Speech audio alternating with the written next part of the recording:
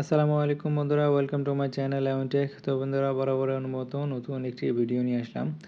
আজকের ভিডিওর বিষয় হচ্ছে একটি স্মার্ট ওয়াচ।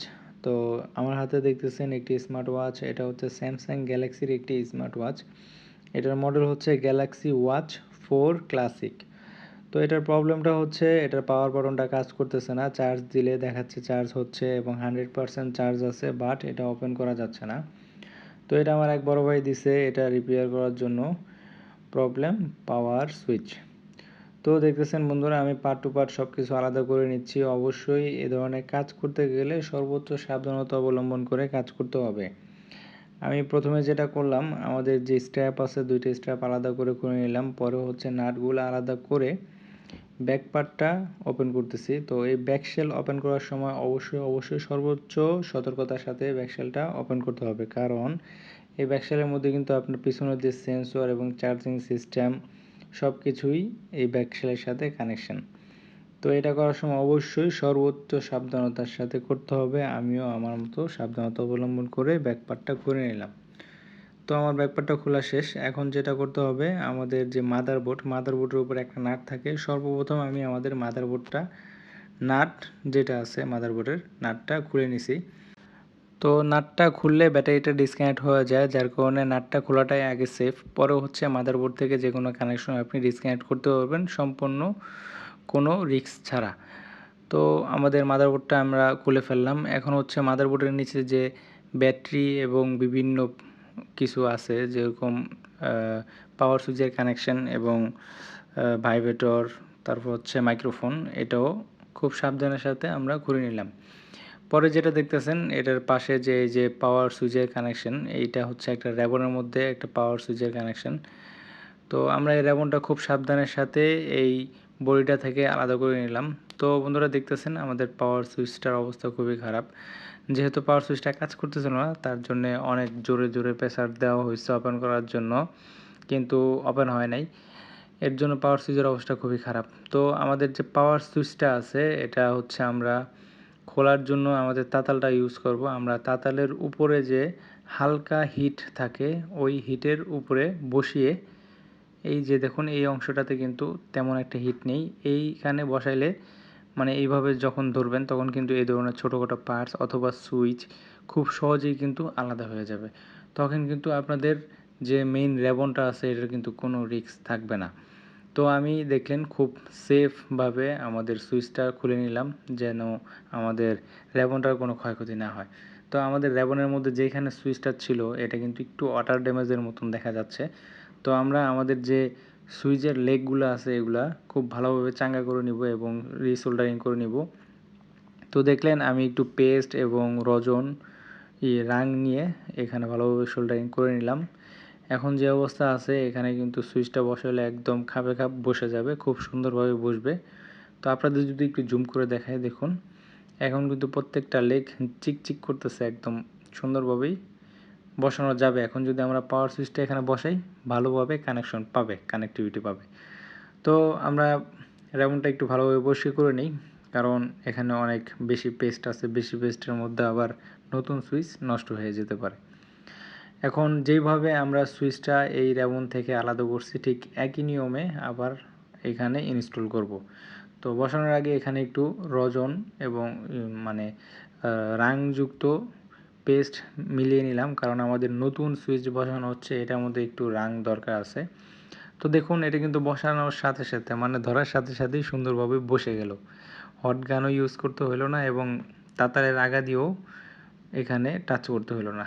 তো তাতালের মাথা দিয়ে যদি আমরা এই সুইচটা লাগাইতে যাই তখন কিন্তু নিঃসন্দেহে এই সুইচও ড্যামেজ হবে এবং আমাদের যে এই যে র্যাবনটা আছে এটাও ড্যামেজ হবে। দেখুন বন্ধুরা খুব সুন্দরভাবে কিন্তু সুইচটা লাগছে, একদম অরিজিনালের মতন কোম্পানি যেভাবে লাগায় ঠিক ওইভাবে কিন্তু আমাদের সুইচটা বসে গেছে।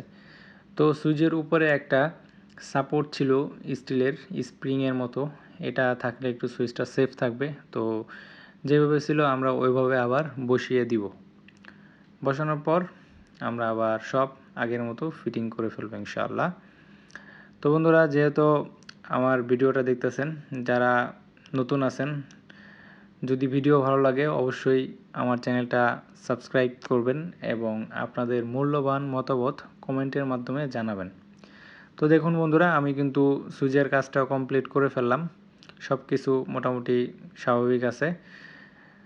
এখন আমাদের যেখান থেকে আমরা সুইচ মানে এই রেবনটা আলাদা করছি ওখানে আবার সুন্দরভাবে বসিয়ে নিব। তো রেবনটা যখন আমি খুলছি, রেবনের নিচে কিন্তু হালকা স্টিকি মানে আঠা ছিল। তো আমি এই আঠাগুলো নষ্ট করে নেই, জানি আমি পুনরায় এটা আবার জায়গা মতো বসাইতে পারি। তো দেখুন বন্ধুরা, আমি কিন্তু সুন্দরভাবে জায়গা মতন বসিয়ে নিলাম। সুইচগুলোও ঠিকঠাক কাজ করতেছে, এটা ভালোভাবে চেক করে নিলাম। এখন আমাদের যে ডিসপ্লের ফ্রেম আছে এটার মধ্যে এই পার্টটা বসাইতে হবে। এই পার্টটা বসানোর সময় অবশ্যই সর্বোচ্চ সাবধানতা অবলম্বন করা লাগবে।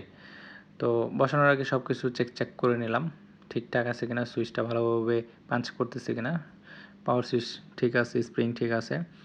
তো সব কিছু রেবন টেবন সব কিছু নজর রেখে ভালোভাবে লক্ষ্য করে এটা চাপ দিতে হবে, বসাইতে হবে। এটা যখন খাপে খাপ বসবে তখন কিন্তু হালকা প্রেসারেই জায়গা মতো বসে যাবে, আর না বসলে কিন্তু এটা যত চাপাচাপি করেন কিছুই হবে না।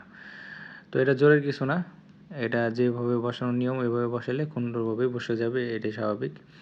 তো সুন্দরভাবেই বসছে জিনিসটা এক চান্সে, যেহেতু সুইচগুলো ভালোভাবে কাজ করতেছে তার মানে জায়গা মতো বসছে।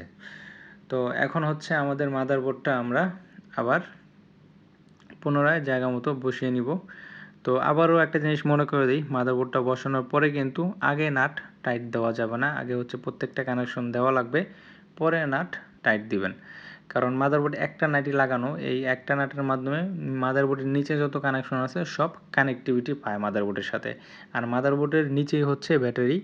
ব্যাটারিটা যখন আগে কানেক্ট করে আপনি যে কোনো রাউটার অথবা যে কোনো কানেকশন দিবেন তখন কিন্তু শর্ট হয়ে যাওয়া বা বিভিন্ন রকম ক্ষয়ক্ষতি হয়ে যাওয়ার একটা রিস্ক থাকে। তো আমি এটা নিতে যাচ্ছি না, যার কারণে আমি এভাবেই কাজগুলো করে থাকি। যে কোনো ফোন বা যে কোনো ডিভাইস খুললে আগে ব্যাটারি ডিসকানেক্ট করি এবং লাগানোর আগেও সব কানেক্ট করে পরে ব্যাটারি লাগাই। তো দেখুন বন্ধুরা, আমরা কিন্তু আমাদের স্মার্ট ওয়াচটা ফার্স্ট টাইম একদম এক ক্লিকেই কিন্তু অন হয়ে গেল। পাওয়ার বাটনটা একবার চাপ দেওয়াতেই অন হয়ে গেল এবং আলহামদুলিল্লাহ পাওয়ার বাটনটা সব মানে স্মুথলি কাজ করতেছে, ঠিকঠাক আছে। এখন আবার যেটা করব, নাটটা লুজ দিয়ে পাওয়ারটা বন্ধ করে নিলাম, পরে আবার টাইট দিয়ে ফাইনাল ফিটিং করে ফেলবো। পিছনের ব্যাক পার্টটা যখন লাগাবো তখনও অবশ্যই সাবধানতার সাথে লাগাইতে হবে, কারণ পিছনের যে রেবন এটার সাথে কিন্তু আমাদের পিছনের সেন্সর এবং চার্জিং, তারপর হচ্ছে আরও বিভিন্ন কানেকশন আছে। তো লাগানোর আগে আমি আমাদের যে ওয়াটার রেজিস্ট্যান্স যে সিলটা আছে এটা ঠিকঠাক করে বসিয়ে নিলাম। এখন সর্বশেষ কানেকশনের যে রেবনটা এটা লাগিয়ে নিব। তো বন্ধুরা, বারবার কিন্তু অনেক সাবধানতার ওয়ার্নিং দেওয়া হয়েছে, এর জন্য হয়তো অনেকে বিরক্ত হতে পারেন। এটার কারণ আছে, কারণটা হচ্ছে এই স্মার্ট ওয়াচটার কিন্তু দাম মোটামুটি অনেক। তো এটা ছোট একটা জিনিস, এটা মোটামুটি হচ্ছে 20 থেকে 22 হাজার টাকা প্রাইস। তো যেহেতু 20-22 হাজার টাকা একটা জিনিস, এটা অবশ্যই এক্সপেন্সিভ একটা জিনিস, অবশ্যই সাবধানের সাথে কাজ করা লাগবে, কারণ একটু ভুলের জন্য কিন্তু জিনিসটা বাতিল হয়ে যেতে পারে। আর যারা ভিডিওটা দেখতেছেন তাদের জন্য একটা ওয়ার্নিং হইতে পারেন, যারা ভিডিও দেখতেছেন এর মধ্যে এই স্মার্ট ওয়াচ ইউজার থাকতে পারেন, তো তারা আমার ভিডিও দেখে কিন্তু বাসায় বসে স্মার্ট ওয়াচ খুলতে চান না, তাহলে হয়তো কিন্তু আপনার স্মার্ট ওয়াচটা বাতিল হয়ে যেতে পারে। কারণ এ ধরনের কাজ পূর্বে অভিজ্ঞতা ছাড়া করতে গেলে অবশ্যই যে কোনো একটা অ্যাক্সিডেন্ট হতে পারে, এটাই স্বাভাবিক। তাই অবশ্যই এই ধরনের কাজ করতে গেলে অবশ্যই একজন অভিজ্ঞ টেকনিশিয়ানের দ্বারা এ ধরনের কাজ করাবেন। কাজটা যদিও ছোট কিন্তু প্রসেসটা কিন্তু অবশ্যই অনেক অভিজ্ঞতা দরকার আছে এই প্রসেসে কাজ করতে গেলে। তো বন্ধুরা, ফাইনালি আমাদের স্মার্ট ওয়াচটা কিন্তু কাজ করা শেষ। এই যে দেখতেছেন সামান্য একটি সুইচ, এটার জন্য কিন্তু আমাদের স্মার্ট ওয়াচটা পুরোপুরি ডেড হয়ে গেছিলো। তো দেখলেন কিভাবে কাজটা করলাম। তো আমার কাজের প্রসেসটা যদি ভালো লাগে অবশ্যই আমার চ্যানেলটা লাইক করবেন, শেয়ার করবেন এবং কমেন্ট করে আপনাদের মূল্যবান মতামত জানাবেন ভিডিওটা কেমন লাগছে। এবং যারা নতুন আছেন আমার চ্যানেলে অবশ্যই আমার চ্যানেলটা সাবস্ক্রাইব করে আমাকে সাপোর্ট করবেন। বন্ধুরা, আপনাদের সাপোর্ট খুবই দরকার, কারণ আপনারা যখন একটি ভিডিওতে লাইক করেন, কমেন্ট করেন তখন কিন্তু আমি অনেক উৎসাহ পাই সুন্দর সুন্দর আরও ভিডিও তৈরি করার জন্য। তাই আমাকে সাপোর্ট করুন এবং এমনটেকের সাথে থাকুন। সবাই ভালো থাকবেন, সুস্থ থাকবেন। আল্লাহ হাফেজ।